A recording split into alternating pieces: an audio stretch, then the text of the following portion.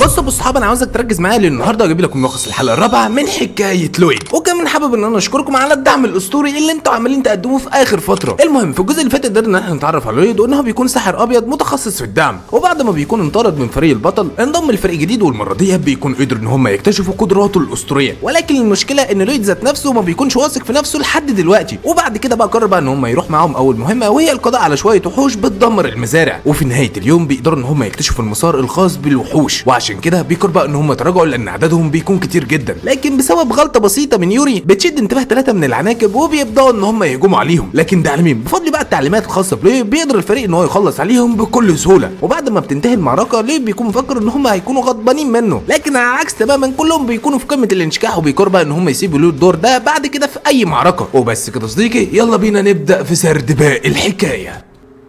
وفي نهايه اليوم بنشوف ان الفريق بيكون قادر ان هو يخيم في مكان مختلف. اما بقى بالنسبه لصاحبنا لويد فبيقرر بقى ان هو يتنيه سهران طول الليل عشان بيكون عنده شويه مخاوف. واثناء ما بيكون قاعد البنات بقى بيوصلوا عنده ويبداوا بقى ان هم يتكلموا معاه، ويرو بقى بتقول له يا معلم هو انت هتنيك سهران طول الليل ولا ايه الكلام؟ سلكه هي كمان بتحذره ان لو تنى على كده فصحته هتبدا بقى انها تتدهور، وان هم ما عندهمش اي مانع ان هم يتناوبوا في الحراسه زي ما كانوا بيعملوا في الاول. ولويد بقى بيقول لها ان هو بيكون زي الفل، وكل اللي عايزه منكم دلوقتي ان انتوا تستريحوا وتحافظوا على طاقتكم عشان في حاله يعني حصل حاجه كده ولا كده تكونوا مستعدين. ولويد بتقول له ان يا اسطى الكلام دي ما ينفعش، ولكن هو بالله يا ست لا تقلق، انا اصلا متعود على السهر وفوق كل ده انا اعتبر المبتدئ فيكم، ويا دوبك هو ده كل اللي انا اقدر اقدمه لكم. يوري بقى هنا بتبدا انها تعترض وبتقول له على العكس تماما انت بتمتلك قدرات جامده بفتقه، ولكن سايكا بتوقفه وبتقول لها خلاص سيبيه على راحته. وبعد كده بقى بتعرف لويد ان هم يقدروا ياخدوا مكانه في اي وقت لو حس بالتعب. وفي نفس الوقت الشباب بقى برضه بيكونوا في الخيمه بتاعتهم وبيكونوا محتارين جدا من اللي بيحصل، بس ما علينا. المهم بقى في تاني يوم بيبدا بقى ان هم يكملوا رحلتهم، وطول ما هم بقى بيكونوا ماشيين يوري بقى بيكون عيناها على لويد لانه تقريبا بيكون ما نامش طول الليل. لا والغريبه كمان ان هو معظم الوقت بيكون بعيد عنهم، لان صاحبنا في الاساس بيكون عنده القدره ان هو يستعمل سحر الاستكشاف عشان يستكشف لو كان في وحوش قريبه منهم كده ولا كده. وعشان كده بقى يوري بتقرب منه وبتبدا بقى تساله هو انت كنت بتعمل ايه دلوقتي يا معلم؟ بيقول لا ما فيش، يا دوبك بس كنت بستعمل سحر الاستكشاف عشان نشوف لو كان في وحوش جنبنا ولا ايه الكلام. وهي بقى بتقول له استكشاف ثواني كده، هو انت عندك القدره تستعمل السحر ده اصلا؟ لا يعني الموضوع مش جامد بفتك يعني لهذه الدرجه، انا بقدر استكشف مساحات صغيره حوالينا. وبيعرف ان هو بيخطط يستعمله على فترات منتظمه، وده كله طبعا عشان يتاكد من سلامه الفريق، وده طبعا عشان يتجنبوا اي هجمات مفاجاه من الوحوش. بقى بتقول له بص ولا انت بتعمله ده جامد بفتك، ولكن ده مش بيتعبك يعني زياده عن اللزوم؟ بقى لا لا لا مفيش الكلام ده. وهي بقى بتقول له طب مفيش اي حاجه نقدر ان احنا نساعدك بيها؟ لويد بقى بقول لها بصراحه ما افتكرش. وفي نهايه اليوم كالعاده بنشوف ان لويد هو اللي بيكون متخصص في الحراسه، وده بقى اللي بيخلي يوري انها بتكون محتاره. بتبدا بقى انها تسال البت اللي معاها ده هو لويد ده بيثق فيهم ولا لا ولا ايه الدنيا بالظبط. نعم وجوده معانا حاجه جامده بفتقه لان هو بيقدر يعمل كل حاجه تقريبا، كان مخليني ان انا اشعر بالحزن ان هو ما بيعتمدش علينا في اي حاجه. بس سلكه بقى بتقول لها يا ستي كبري دماغك، اكيد بقى مع مرور الوقت هنقدر ان احنا نقرب منه ونفهم دماغه. وبتبدا تفكر ان هما الاثنين ما كانوش اصدقاء قريبين لبعض للدرجه ديت من ساعه ما اتقابلوا اول مره، وان الوقت اللي هما بيكونوا قضوه مع بعض هو اللي بيكون سمح لهم ان هما يقربوا من بعض. ودي بقى بتقول لها ممكن الكلام ده يكون صح، ولكن لويد بالنسبه لي عباره عن لغز صعب ان انا احله، رغم ان هو بيكون جاهل بحاجات بسيطه اي حد ممكن ان هو يكون عارفها، ولكن معرفته في حاجات كتير بتكون واسعه. عشان كده بقى بتكون مستغربه ايه طبيعه الحياه اللي هو كان عايشها قبل ما يجي لهنا. والسلكه بقى بتقول لها يا ستي كبري دماغك، اكيد هو في يوم من الايام هيجي يحكي لنا على كل حاجه. وبتسيبنا بقى منهم بنرجع بقى تاني عند لويد وبنشوف ان ندغس بيوصل لعنده، وبقول لك يا معلم انا عايز مساعده منك كده في كام حاجه. ليه بعرف ان هو ما بيكونش عنده اي مانع، ولكن بكده مفيش اي حراسه ليهم. لكن هنا كروز بيتدخل وبيقول له من الناحيه ديت يا اسطى لا تقلق، روح انت بس معاه وانت مطمن. وبالفعل بنشوف ان لويد بيبدا بقى انه يتماشى مع دغس لغايه ما بيخشوا لقلب الغابه. حاسس بقى ان هو بيكون ربط شويه حاجات كده في الشجر، ودغس بقى بيقول له بص كده يا معلم انت بكده تقدر ان انت ترتاح وتنام براحتك، وان هي دي الطريقه اللي كانوا بيستعملوها عشان يامنوا نفسهم قبل ما ينضم ليهم. لكن لويد بيقول له من الناحيه ديت يا معلم ما تشغلش بالك انا زي الفل، لان في حاله لو نمت مش هقدر ان انا استعمل سحر الاستكشاف. ودغس بقى بيقرب منه بقول لك يا معلم هو انت ما عندكش ثقه فينا ولا ايه الكلام؟ بيقول له لا لا لا ما تفهمنيش غلط، انا بس كل ما في الامر انا الوحيد اللي فيكم بقدر ان انا استعمل سحر الاستكشاف. دغس بيقول له الموضوع دلوقتي المهم هل انت فعلا بتثق فينا ولا لا؟ بقول له اكيد طبعا بثق فيكم معلم. وبقول له بص يا معلم انت من ساعه ما جيت معانا انت الوحيد اللي بتحرسنا طول الليل، وده دليل ان انت مش بتثق فينا. وليه هنا بقى لسه هيرد عليه، ولكن بيبدا بقى انه يفتكر كلام المعلمه بتاعته وكمان البطل اللي بيكون طرده من الفريق ان هو بيكون عديم الخبره وبيفتقر للموهبه. وبعد كده بقى بيبدا ان هو يتكلم معاه وبيقول له كل ما في الموضوع ان انا لو ما اشتغلتش بجد معاكم فهسبب لكم المشاكل. دغس بيقول له ايه المشكله لما تسبب لنا شويه مشاكل؟ هو انت في فكرك هو احنا عملنا الفريق ده ليه اصلا؟ عشان نقدر احنا نتعامل مع الحاجات اللي احنا ما بنقدرش نتعامل معاها لوحدنا، ومن المؤكد ان احنا في كلتا الاحوال هنسبب مشاكل كتير لبعض. عشان كده يا لويد انت لازم تعتمد على اصدقائك اكتر من كده. بقى له صدق انت عندك حق، اللي انا ما فكرتش في الموضوع ده قبل كده اصلا. ودغس بقى بيقول له بصراحه انا مش فاهم دماغك، هو انت يا ابني اتربيت ازاي ولا اتربيت فين؟ ولويد بيقول له افهم ان انتوا ما عندكمش عندهمش اي مشكله ان واحد ما عندوش اي موهبه ان هو يعتمد عليكم، وبقول له بص اولا مفيش حد في الفريق عنده اقتراع ان انت ما بتمتلكش موهبه، انت جامد بفتيقه بس انت اللي مقلل من قدرات نفسك، وثانيا انت لازم تعتمد علينا في كلتا الاحوال. يلا بقى بينا نرجع تاني للمخيم عشان انا عايز انام وانت عملت لي خرم في دماغي. وبالفعل صديقي لما بيرجعوا تاني للمخيم بنشوف انه بيقرر بقى انه يخش الخيمه وينام، ودي تعتبر اول مره يعتمد فيها على حد.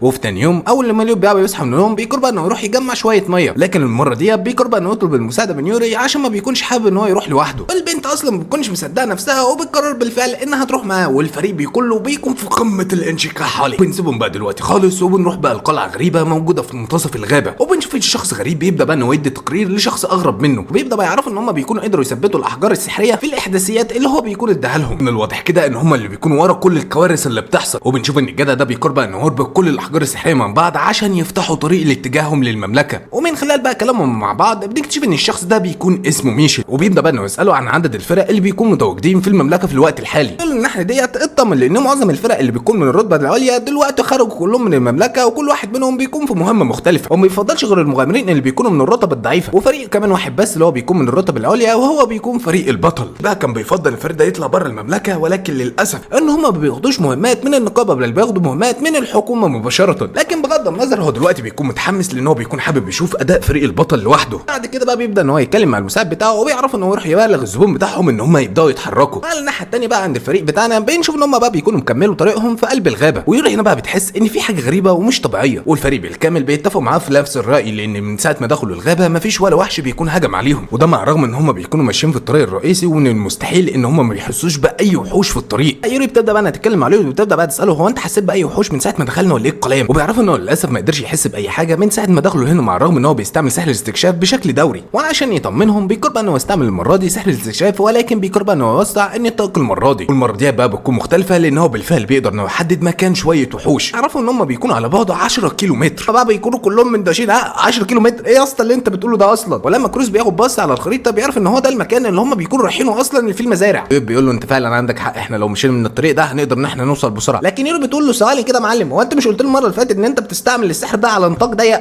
ازاي بقى وصلت ل 10 كيلو متر؟ لا فين المشكله، على فكره 10 كيلو متر ده مش مسافه بعيده. وبتقول له انت عبيط ولا انت عبيط؟ باقي الفريق بيبداوا بقى انهم بيقول لها بص يا ستي كبري دماغك عشان انت لو قعدت تركزي معاه اكتر من كده ممكن عقلك يطير، وصاحبنا اصلا بيكون في الحادثه ومفكر ان هو بيكون عمل حاجه غلط اللي هو صباح الضحك. المهم بقى بيكملوا طريقهم لغايه ما اخيرا بيقدروا ان هم يخرجوا من الغابه وبيقربوا من المزارع، وليه بقى بيعرفوا ان في تجمع الوحوش بيكون قصادهم بالظبط. ولما بقى بيشوفوا عددهم بيكونوا متفاجئين ان هو بيكون كتير جدا، واي نعم ان هم بيكونوا عارفين الكلام ده من البدايه ولكن ما كانوش متوقعين ان هو بيكون للدرجه دي. بيقول لهم يا جدعان بس في حاجه غريبه انا لغايه دلوقتي مش قادر افهمها، لان هي دي المنطقه الوحيده اللي انا قدرت ان انا ارصد ان في مجموعه من الوحوش متواجده فيها، والسؤال المهم اللي احنا المفروض نساله دلوقتي فين باقي الوحوش؟ سيلكا بتقول له انت بالفعل عندك حق، لان من الطبيعي ان الغابه تكون مليانه بالوحوش المختلفه، لو قلنا ان هم بيكونوا خلصوا على بعض فده شبه مستحيل لانه بيكون عددهم كتير جدا، غير ان هم طول ما هم ماشيين في الغابه ما لاحظوش ان في علامات بتدل ان في صراع ما بين الوحوش بيكون حصل. المستحيل كمان ان الوحوش تسيب منطقتها بالساهل. كده بقى لوي بيبدا بقى انه يسال يوري عن مكان ملك المزرعه، وهي بقى بتعرف ان هو بيكون اتصاب اصابه خطيره وعشان كده قرر انه يسيب المزرعه ويروح لبيت ابنه اللي موجود في المدينه. بقى كان بيتمنى ان هو يقابله عشان ياخد منه شويه كده اجوبه على اسئلته على امل ان هو ممكن يقدر يجمع شويه معلومات. واثناء بقى بيكونوا واقفين كروس بيقدر ان هو يلاحظ ان في حاجه غريبه بتكون قدامهم، وبيبدا بقى يسالهم يا جدعان هو انتوا شايفين اللي انا شايفه هناك ده؟ وهم بقى بيكونوا على حكايتهم مش شايفين اي حاجه. يبدا بقى يقول لهم يا جدعان ركزوا انتوا هتقدروا ان انتوا تشوفوا حاجه سوداء موجوده هناك وسط الوحوش. بقى بتقول بص هو احنا مصدقينك لان انت الوحيد اللي فينا نظرك جامد بفتيق، تفتكر الموضوع ده هيمر بالنسبه له مرور الكرام؟ هيهاتوا لي. نشوف ان هو بيقرب ان هو يستعمل على نفسه سحر التعزيز عشان يقدر ان هو يشوف لمسافات ابعد،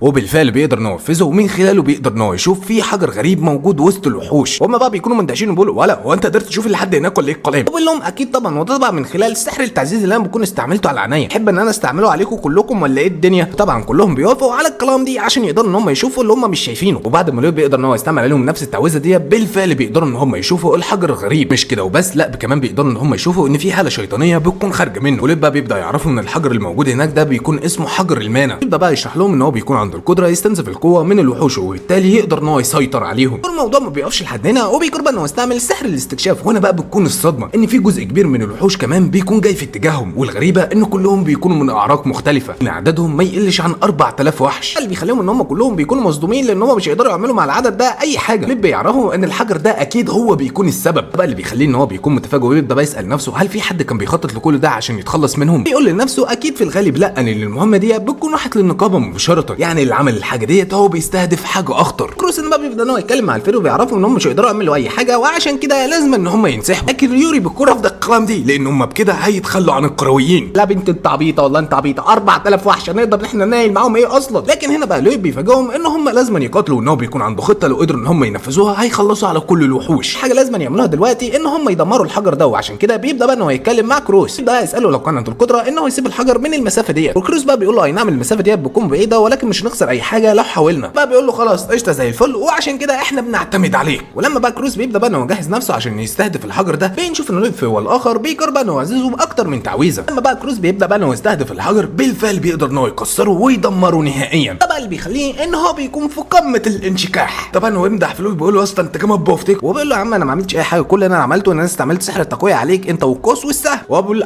ثواني كده، هو انت عندك القدره تعمل كل الكلام ده في نفس الوقت اصلا؟ اللي هم يا جدعان مش فاهم انتوا مستغربين ليه، دي حاجه بسيطه فشخ، انا كل اللي عملته ان انا استعملت عليك سحر التقويه، اما بقى بالنسبه لاصابه الهدف فدي بتكون مهارتك الخاصه. تبقى يوري بتقاطع كلامهم وبتشد انتباههم لحاجه معينه وبتعرفهم ان الوحوش دلوقتي بداوا ان هم يقاتلوا في بعض، وليه بقى بيعرفوا ان ده طبيعي بما ان هم دلوقتي بيكونوا رجعوا تاني لطبيعتهم. نعم من المستحيل ان هم يخلصوا على بعض نهائيا، ولكن ده هيكون كافي ان هم يقللوا من عددهم. بقى بتقول لي ثواني كده اصلا وانت كنت عارف كل الكلام دي من البدايه؟ بقى بيقول لا اكيد، لان الوحوش دي كانت تحت سيطره الحجر، يعني ما كانوش بيتصرفوا من دماغهم، وكنت بتمنى ان الموضوع ده يوقف الحشد اللي بيكون جاي في اتجاههم، ولكن للاسف ما حصلش كده وهم بيكملوا طريقهم. وبعد كده بيبدا بقى انهم يستعدوا لهجمات الوحوش، والدور بقى بيجي على السلكه لانها الوحيده اللي هتقدر انها تسد كل الهجمات دي بما انها بتستعمل السحر. وبعد لحظات ترقب قليله بالفعل بنشوف ان الوحوش بيخرجوا من الغابه واعدادهم بتكون كبيره جدا. رينا بقى بتبدا انها تتكلم مع ليود عشان يبداوا في الهجوم، ولكن هو بيقول لها اصبري لسه الوقت المناسب ما جاش. وبالنسبه للوحوش فهي بقى بتبدا انها تقرب منهم اكتر واكتر، وليود بيقول لها اصبري يا ست لسه الوقت المناسب ما جاش. بالنسبه للوحوش بنشوف انها بتكون قربت منهم لدرجه كبيره، وبنشوف بقى ان في 3 منهم بيقربوا ان هم ينقضوا على السلكه، وفي اللحظه دي بنشوف ان ليود بيقرب انه يديها الاشاره عشان تبدا في الهجوم، وهي الاخرى ما بتضيعش وقت وبتبدا بقى انها تستعمل سحر النيران وبتعمل عاصفه جامده بفتكر، لدرجه ان اي وحش بيقرب منها بتعمل من فخاده احلى باربيكيو. كلهم لما بيشوفوا العاصفه الناريه بيكونوا مندهشين ان ديت اول مره في حياتهم يشوفوا واحده جامده بفتكر لهذه الدرجه، وعشان كده بقى بيبداوا يسالوا لويد هو انت عملت ايه بالظبط؟ وبيقول لهم ما فيش يا جدعان، استعملت عليها سحر التقويه وكمان تعويذه تقلل من استهلاك المانا. هو ده ما كانش كافي ولا ايه الدنيا؟ هستعمل اكتر؟ هو يقول بقى بتقول له انت اكيد متخلف، اكيد طبعا كافي. وعلى الناحيه الثانيه بقى عند الوحوش بنشوف ان في شويه منهم بيكونوا قدروا ان هم يتخطوا العاصفه الناريه، وعشان كده بنشوف ان لويد بقى بيطلب من سيلكا انها تستعمل المره دي سحر الرياح، وبعد كده بقى بيسيبها وبيقرر بقى انه يروح لكروس وبيقول له بص يا معلم انا عايزك تركز معايا دلوقتي، لانهم دلوقتي لازم يخلصوا الوحوش اللي بيكون عندها القدره على الطيران اللي موجوده دلوقتي فوق الغابه. وبما انه كروس ما بيكونش قادر ان هو يحدد مكانهم بنشوف ان لويد بيقرر بقى انه يستعمل عليه سحر التخاطر، وده طبعا لانه لويد بيكون عنده القدره انه يحدد اماكن الوحوش بكل سهوله، ودي الطريقه الوحيده عشان يقدر انه ينقل بيها المعلومات بسرعه. واول لما كروس بيقدر انه يحدد اماكن الوحوش اللي موجوده في قلب الدخان بالفعل بيبدا بقى انه يهجم عليهم بدون اي تردد، وبيبدا بقى انه يصطادهم واحد ورا الثاني لغايه ما اخيرا بيقدر انه يخلص عليهم بالكامل. وصاحبنا بقى لويد بيكون في قمه الانشكاح لان الخطه بتاعته بتكون ماشيه عالي العال، وبكده ما فاضلش غير المرحله النهائيه. وفورا بقى بيروح لسلكا وبيبدا بقى انه يديها التعليمات، ولكن هي بتعرفه انها بتكون استنزفت كل طاقتها السحريه للاسف. وبقول لها من الناحيه ديت يا ستايلاتك، لو مجرد ما بيمسك ايديها بيقرر بقى انه ينقلها المانا الخاصه بيه، ومع الرغم ان البت دي بتكون في قمه الاندهاش لان اول مره في حياتها حد ينقل لها المانا، لكن بتقرر بقى انها تنكر الاندهاش ده على جنب عشان تكمل بقيه الخطه. والمره دي بتقرر بقى انها تستعمل قوتها السحريه عشان تجمع المطر فوق دماغهم، وبالفعل بتقدر انها تنفذ التعويذه عشان تطفي النيران اللي بتكون انتشرت في الغابه. واللي بقى بيعرفوا انه بكده قدروا ان هم ينفذوا الخطه بالكامل، وبفضل اللي حصل الوحوش مش هتبدا بقى ان تتقدم مره ثانيه. اما بقى بالنسبه لسلكا بنشوف انها بتقع من طولها لانها بتكون تقريبا استنزفت كل المانا اللي حتى بتكون خدتها من لويد، ولكن قبل ما بتقع على الارض بنشوف ان دغز بيكون قدر ان هو يمسكها وبيقول ان انت دلوقتي تقدر ان انت ترتاحي. اما بقى بالنسبه لبقيه الوحوش بنشوف ان يورو ودغز بيقرر بقى ان هم يتكفلوا بامورهم. ايه بس كده صديقي لحد هنا نكون وصلنا لنهايه الحلقه الرابعه، وعشان نعرف ايه المخطط الشيطاني اللي بيكون منتظرنا في الحلقات الجديده فلايكك شيرك السكسكه بايبي بالرايق، عايزين نوصل الفيديو على الشاشه 1000 لايك، وما تنساش ان انت تتابعنا على قناه التليجرام هتلاقي اللينك تحت في الديسكربشن. وبس كده كان معاكم مصطفى سعيد، اشوفكم فيديو جديد، سلام.